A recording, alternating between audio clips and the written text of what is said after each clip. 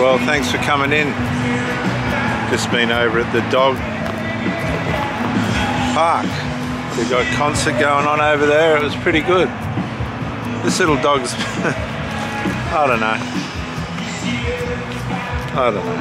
know how it all works out and all adds up, but you know, if I had somebody trying to interfere with me and the dog, say it's my daughter's dog, it's not that I got a relationship with it, but nobody's going to interfere with where we're headed and what we're doing. You can see the car there behind me with the sports gear on it. I try and keep fit if I can. I wouldn't say I'm the fittest person on the planet, but I do a bit, as much as I can. People are suffering breakups now for the most illegitimate reasons, and this is having a serious detrimental effect on the mental health realm of a lot of people, because the illegitimate ways in which people are breaking up are causing damage. They're causing damage to people. They're hurting people. People are hurting people. And they're hurting them for all the wrong reasons. It's just not like it was in the old times where you'd have a fair go. Now you're dealing with people that are covert. They've got problems, they've got issues, they've got a lack of accountability and responsibility when it all comes down to it.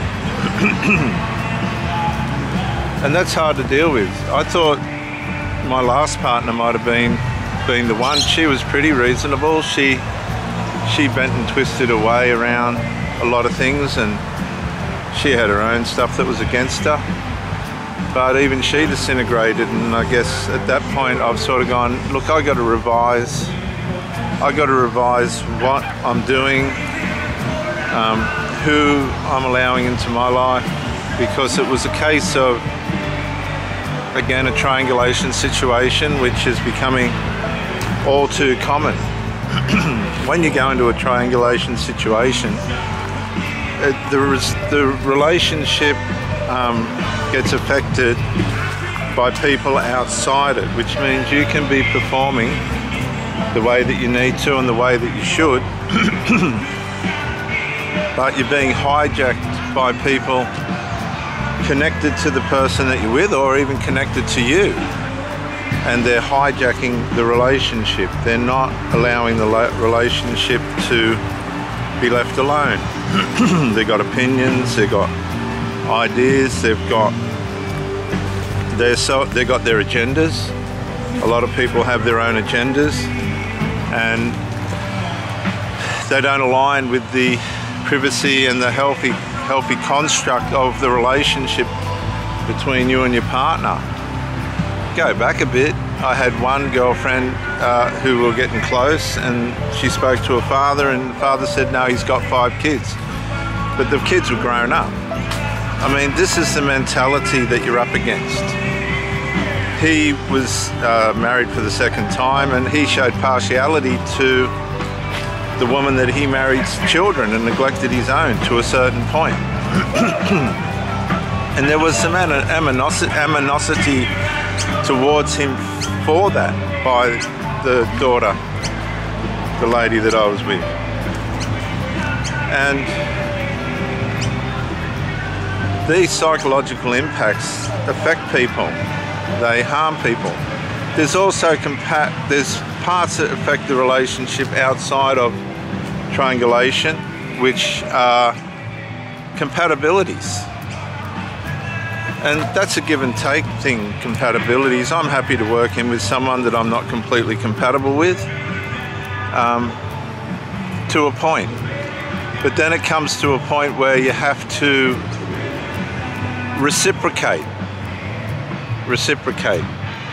And reciprocation's the big thing now, because a lot of people reciprocate to a point and then they don't. Then they just stop. They just leave you stranded. Disintegration in a relationship, you do, if you have done nothing wrong, you need to look for signs of narcissism. Narcissism's always directly connected to separativeness, lying, cheating, disintegration in commitment, which can otherwise be termed as neglect. It can be emotional neglect's a big one, where they're turning up physically but emotionally neglecting you. That'll make you feel like a second source of supply. There must be another emotional source somewhere. People are emotional creatures, and this is really unfair because you're giving out yourself physically and spiritually and emotionally, and you're not getting that emotional supply in return. And you can complain about it, you can say things about it, you can bring it up, and you can be tolerant, but there will come a point where you have to bring things to a head. And if that person's not being fair and reciprocal, what do? Do you just grin and bear it? Well, that's up to you. Sometimes you have to take a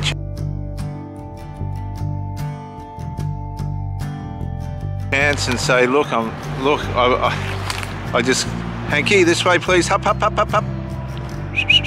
Good boy. I have to say, I can't do this anymore, because it can really get negligent. It can really get negligent. What's wrong with him?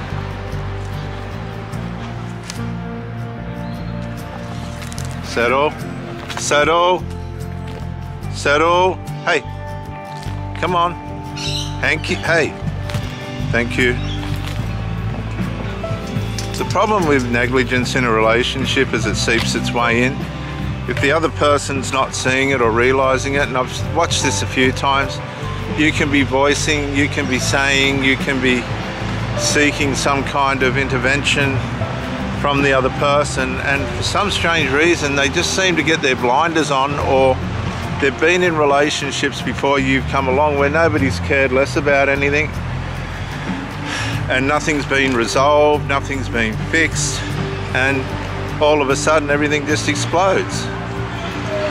Happened again in the last one. Didn't listen. By the time we come up with she come up with something that might offer some kind of solution, it was all too late. It wasn't the right way to go about it. And I still think to this day it was deliberate and a reverse discard. She wanted me to get rid of her so that she could go back as a victim or something. I don't know what was going on. It was so far away from the normal way in which you deal with things. It was so abusive.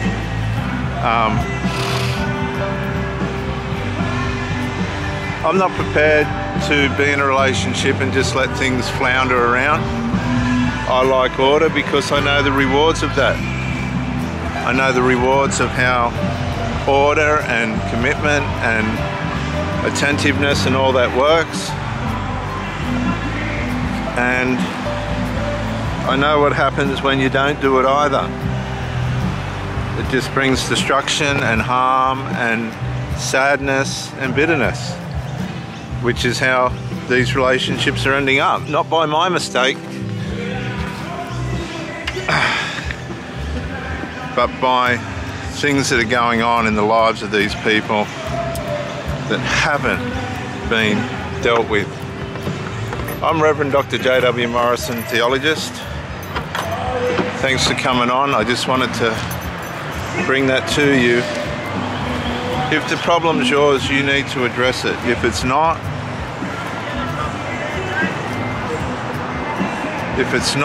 then so be it. But if it is, you need to address it, and that's all there is to it. If it's not your problem and it's happening to you, you've got to make some serious decisions. And sometimes people just we're away from each other. They just go away from each other. But if you're genuinely trying to build something and the other person's on board, and you have built something and it's not happening,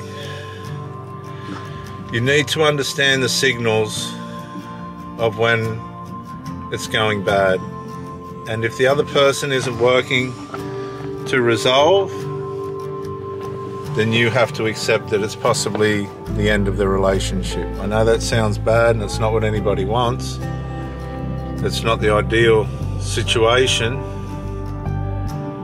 but unfortunately these days people aren't fixing things the way that they should or need to,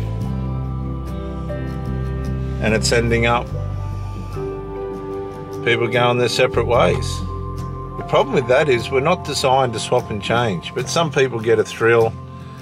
They get the initial thrill out of the new partner, and they're hoping that they'll conform and not be so worried about the place of unresolved. But what they usually find is it ends up the same, possibly worse. They end up with a person that doesn't treat them right, and now they've got issues with unresolved. The grass isn't greener on the other side, and it just cycles around in a circle where everybody just gives in. I'm at the point where really, honestly, I never thought I'd be at a place in my life where I've been happy to be on my own, which I'm not, but I'm content. That might be the better word. I don't want the drama of these interferers and all these other things that go on. There's too many interferers. There's too many outside influences, and these single mothers, I believe, use them in a way to be able to find a way of getting out.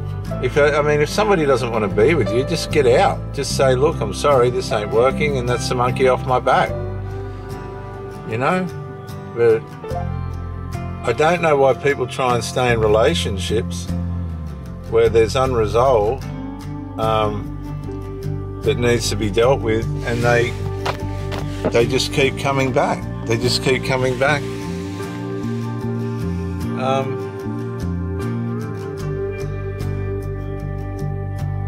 Without resolve. I can't for the life of me understand that. If you value someone and you love them, you resolve the issue. If they're not resolving the issue, they're not, the value isn't there. They're allowing the unresolved to be more important than the issue. And that's where you have to be aware and go, hang on a sec, I'm not doing this anymore. I'm Reverend Dr. J.W. Morrison, theologist, Central Coast, New South Wales, Australia, Gosford. Bye for now.